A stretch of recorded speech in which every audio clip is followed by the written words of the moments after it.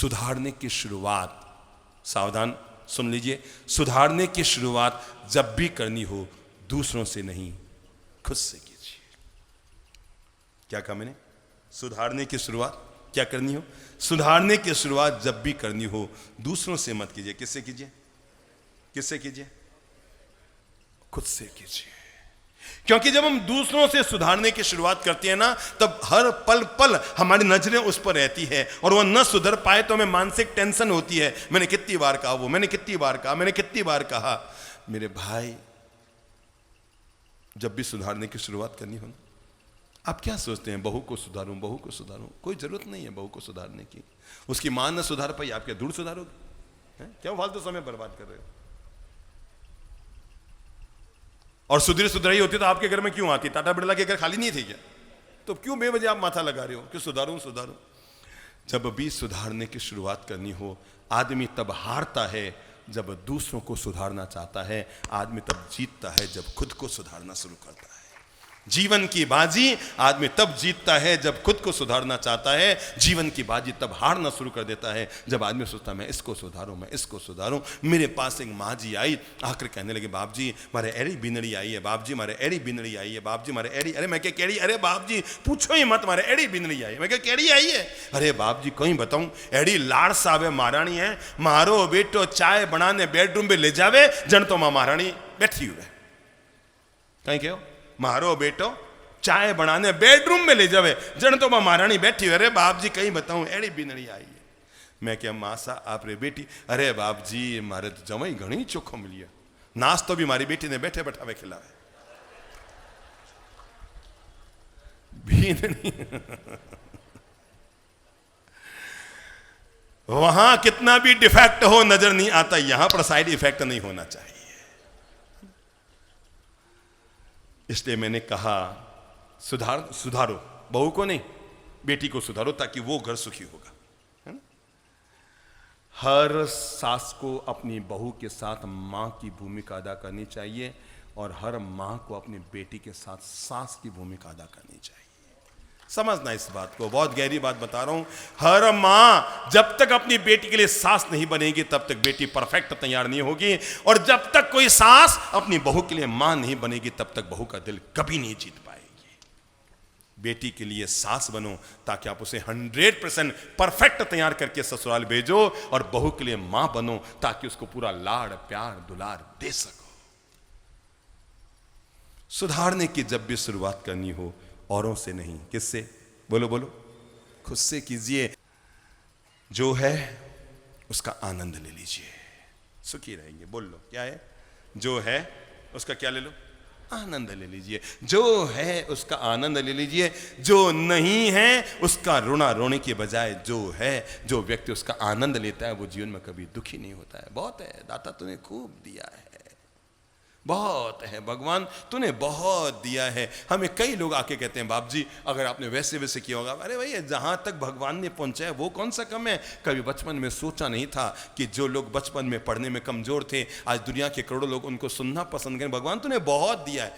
हम तो इतने सुखी महसूस करते हैं खुद को, इतने आनंदित महसूस करते हैं, इतने प्रसन्न और इतना संतुष्ट। मेरे मन में कभी आता ही नहीं है जिंदगी में कि मैं वो ख्वाब देखूं वो। अरे भाई जो दिया है भगवान ने, जो मिला है वो कौन सा किस्मत से कम है? हम जो लोग भी यहां पर बैठे हैं अगर अपने बचपन को याद करेंगे तो आपको पता लगेगा हम जहां खड़े थे आज 100 गुने आगे खड़े हैं। जो भी यहां पर बैठे हैं ना, आप अपने बचपन को याद कर लो, और बूढ़े लोग जवानी को याद कर लो कि हम जवानी में जहां खड़े थे आज उससे 100 गुने आगे खड़े हैं। अरे 10-10 रुपया खर्च करने के लिए 10 बार सोचते थे, आज 50,000 खर्च करना तो 1 मिनट में निकालते हैं। इससे बढ़कर ईश्वर आपको क्या न्याय दे सकता था? भगवान ने हमें बहुत दिया है, भाग्य से ज्यादा दिया है। इसलिए मन बना लो जो है, क्या है? जो है मैं उसका हर हालत में आनंद लूंगा, हर हालत में आनंद लूंगा। जो भगवान जैसा तूने दिया है मैं अपनी जिंदगी को बहुत आनंद से, प्रेम से, मिठास से, जीवन के एक एक पल को प्रेम और आनंद से जीऊंगा। क्यों? क्योंकि वर्तमान मेरे हाथ में है, अतीत तो बीत गया। मन की शांति का मालिक बनने के लिए 3 चीज से हमेशा बचे रहिएगा। नंबर 1 ईर्ष्या, बोल लो, जोर से बोल लो, ईर्ष्या। नंबर 1 ईर्ष्या, नंबर 2 चिंता, नंबर 3 गुस्सा। ये 3 चीजें ऐसी है जो हमारे मन को हमेशा अशांत करती है। नंबर 1 ईर्ष्या। जिसको जो भगवान ने दिया है, आपका बड़ा भाई है वो अपनी किस्मत का पाया है, आपका छोटा भाई है उसने अपनी किस्मत का पाया है। अब हम आपस में एक दूसरे से प्रेरणा लेंगे तो दोनों आगे बढ़ेंगे, और ईर्ष्या खाएंगे तो दोनों पीछे लौट कर आएंगे। प्रेरणा लेने वाला व्यक्ति मछली की तरह होता है और ईर्ष्या खाने वाला व्यक्ति केंकड़ी की तरह होता है। केंकड़ा जब देखता है कि उसके आगे कोई केंकड़ा चल रहा है तो वो आगे नहीं जाता। आपको पता है क्या? केंकड़ा अगर देखता है कि उसके आगे कोई केंकड़ा चल रहा है तो वो चल के आगे नहीं जाता। वो केवल एक ही काम करता है, जो आगे केंकड़ा चल रहा है उसकी टांग खींचता है। क्या करता है? उसकी टांग खींचता है। क्या करता है? उसकी टांग खींचता है। और मछली जब भी देखती है उसके आगे कोई मछली चलती है तो मछली की टांग खिंचाई नहीं करती, वो पीछे से जंप लगाती है और आगे निकल जाती है। जब भी लेना है जिंदगी में प्रेरणा लीजिए, आगे बढ़ जाओगे। ईर्ष्या खाओगे, खुद भी नहीं बढ़ पाओगे और बढ़ते हुए को भी रोकना चाहोगे। ईर्ष्यालु आदमी खुद आगे नहीं बढ़ता, जो बढ़ रहा है उसको भी टांग खींचता है। ये कैसे आगे बढ़ गया, ये कैसे आगे बढ़ गया। हम एक जगह पर थे, कैसे बताऊं आपको सच्ची घटना। वहां पर 2 जार थे, कांच के जार। एक पर छेद किया हुआ ढक्कन लगा हुआ था और एक पर कपड़ा बांधा हुआ था। और खास बात, उन दोनों के अंदर मेंढक भरे हुए थे। क्या थे? मेंढक भरे हुए थे। तो मैंने देखा एक के ऊपर तो कपड़ा बांधा हुआ है और जिसके ऊपर ढक्कन लगाया था उसका ढक्कन खोल के रख दिया गया। एक तो बिल्कुल खुला है और एक के ऊपर कपड़ा बांधा हुआ है। तो मैंने कहा भाई इनका भी कपड़ा खोल दो, ये बेचारे खुली सूखी हवा तो खाएंगे मेंढक। इनका नहीं, इनका कपड़ा नहीं खोलेंगे, ये विदेशी मेंढक है।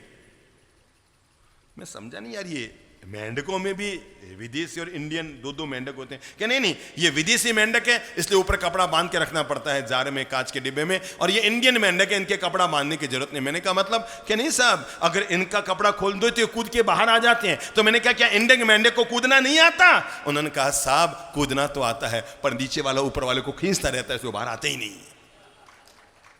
नीचे वाला ऊपर वाले को क्या करता है? खींचता रहता है। इसलिए इनसे खतरा नहीं है, ये बाहर नहीं आएंगे। विदेशी मेंढक बाहर आ जाते हैं।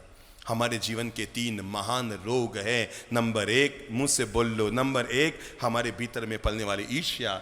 दाता तूने जिसको जो दिया है उसकी किस्मत का दिया है। मैं बहुत सुखी हूँ, मैं दुनिया का सबसे सुखी आदमी हूँ, मुझे तूने बहुत दिया है। अरे आज का दिन दिया है, जीने की व्यवस्था दी है, जीने के संसाधन दिए हैं, मैं सुख की सांस ले पा रहा हूँ, मैं टेंशन फ्री जिंदगी जी पा रहा हूँ। भगवान तूने बहुत दिया है। नंबर 2 अगर बच सकते हैं तो किससे बचो?